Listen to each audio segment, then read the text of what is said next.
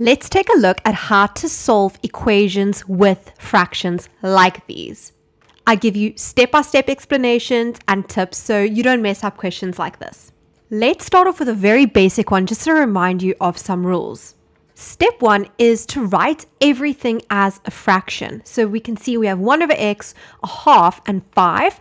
I'm just going to write it as 5 over 1. This might seem like a silly step, but trust me, if you don't write everything as a fraction, even something as obvious as a whole number, you might forget to change the LCD, the denominators of that particular thing later on. So step 1, write everything as a fraction. Step 2, if you can't factorize your denominators, like in this example, we're going to have to do some factorizing, but we'll get there. But if you can't factorize your denominators, we're going to start looking for the LCD. Now, if you don't know, LCD means lowest common denominator. And I want you to think of it as the smallest number or, expression essentially that 2x and 1 can divide into. So my LCD can't just be 2 because 2 can divide into 2, sure, but can x go into 2? No. So in this case, it has to be 2x because x can go into 2x, 2 can go into 2x, and 1 can go into 2x. So my LCD is 2x. If you're confused about how to find the LCD, you're going to want to check out my video about LCDs, how to find it, linked in the description box below. It can be tricky, can be weird, so go watch that. After this, we're going to write each fraction over the LCD. Now remember the LCD was 2x. So each denominator I want it to become 2x. And the rule is what you do to the bottom to make it become the LCD, you need to do to the top. So what must I multiply x by to make it become 2x? I need to multiply x by 2. Because if I say x times 2, it's going to get me 2x. What you do to the bottom, you must do to the top. So you're going to multiply the top by 2x. 1 times 2 is 2. Then we do the same, but to the next fraction. What must I multiply 2 by to make it become 2x? You multiply it by x. What you do to the bottom, you must do to the top. So you multiply it by x. So 1 times x is x. Then, what must I multiply 1 by to make it become 2x? You need to multiply it by 2x. What you do to the bottom, you must do to the top. 5 multiplied by 2x is 10x. Just keep reminding yourself, what you do to the bottom, you must do to the top. Because we are solving, so because there's an equal sign, we're solving for x, we are allowed to get rid of or drop the LCD, dropping the LCD. Essentially what we're doing is multiplying each fraction by 2x like this. That is the LCD. Because when we do that, they cancel out. Essentially, we are getting rid of or dropping the LCD. So what's left over? 2 plus x equals 10x. And then we solve. So 10x, we get the x's alone. So 10x minus x, because it's plus x, opposite of plus x is minus x. 9x equals 2. And then we say x is equal to 2 divided by 9. Now, a few essential things about equations in general.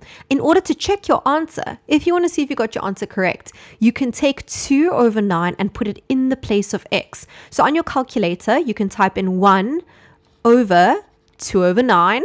Okay, so a fraction and a fraction doesn't matter, plus a half. That's the left-hand side of the fraction. You type that in your calculator, you press equals. If you do that, you see you get 5. Which is equal to the right-hand side of my fraction. If the left-hand side is equal to the right-hand side, you know you've solved for x correctly. So even though the answer might look weird, you can always check your own answer when you are dealing with an equation. Then, the other thing that is essential to remember when you are dealing with equations with fractions, and I should have mentioned this right in the beginning, because we are dealing with fractions, we will often encounter restrictions. So what this means is if you take a look at my original sum, we can see that x is over here at the bottom of this one fraction. 1 divided by x. Now think about this. Is there a number or is there something that x can be? And if we make x that particular number, we are going to get no solution. Okay, we're going to get undefined. Our calculator is going to say math error. I hope you're thinking, oh my goodness, x cannot be 0. If this number at the bottom of the fraction is 0, so in this case, if x is 0, then if we type it into our calculator, it's going to give me a math error. We cannot divide by 0. We'll get an undefined number. So try it. Say, in the place of x, put 0. So 1 divided by 0.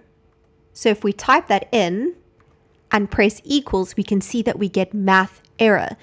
If we divide by 0, so if our denominator is 0, we get an undefined number. So that means x cannot be 0. So it's a good thing to write your restrictions at the top of your sum. X cannot be 0, and then always check your answers. If we got here at the bottom, x is equal to 0, then we'd have to say, oh no, because the equation is telling me that x is 0, but we know x cannot be 0, then our equation has no solutions. Let's try another example like this one. Remember, step 1, write everything as a fraction. So I'm going to put that over 1 and put that over 1. We can't factorize the denominators. We're all good. So now we need to find the LCD. Remember, it is something that all of these denominators need to be able to divide into. So over here, I've got a binomial x minus 1 that has to be in my LCD, x minus 1, and then we've got 1s over there, so that's all good. My LCD must be x minus 1. All the fractions must be written over the LCD. Then you need to ask yourself, what must I do to this to make it look like the LCD? What must I multiply it by? X minus 1. What you do to the bottom, you have to do to the top. So at the top, what we're going to be doing is x multiplied by x minus 1. I'm going to keep it like that for now. Over here, we don't need to multiply this by anything. Okay, technically we're multiplying it by 1. Technically we multiply the 2 by 1, so it stays 2. Here, we must also multiply this by x minus 1. So what you do to the bottom, you must do to the top. Because this is a binomial like this, it's best to put it in brackets. You're multiplying the 4 not just by the x, but also by the minus 1. That's essential. Okay, so once we've got the LCD, we've put all fractions over the LCD, we know we can get rid of the LCD. So we can drop the LCD. And everything that's on top, we just rewrite. Now the LCD is gone. And now we just do normal solving. So here we need to multiply the x into the brackets. Same thing over here. We need to multiply the 4 into the brackets. We're left with x squared minus x plus 2 equals 4x minus 4. Now, your mind or your brain should be going off because when we see a squared, remember, we need to think of quadratic equations. So we need to make this equal to 0. X squared minus x, then this is plus 4x, it becomes minus 4x. Carry this down, it's plus 2. This minus 4, opposite of minus 4 is plus 4. We're getting it in standard form, we're making it equal to 0. If we do like terms, we've got x squared minus 5x plus 6 equals 0. One thing, again, that I should start with up here, so before we finish the sum, let's just quickly see if we have any restrictions that we can think of. Okay, you need to think carefully now about the restrictions. Remember, how restrictions work is we don't want the bottom of the fraction to equal 0. Okay, so in the previous one, we said x cannot be 0. It's not the same here because think about it. If I had to make x 0, so look at the bottom of the fractions. That doesn't apply, that doesn't apply. If I had to make x 0 over here, the bottom of this fraction, what's 0 minus 1? The bottom of the fraction would become negative 1. That's not an issue. The bottom of the fraction can equal negative 1. The bottom of the fraction, however, cannot equal 0. So how would I make this bottom piece of the fraction become 0?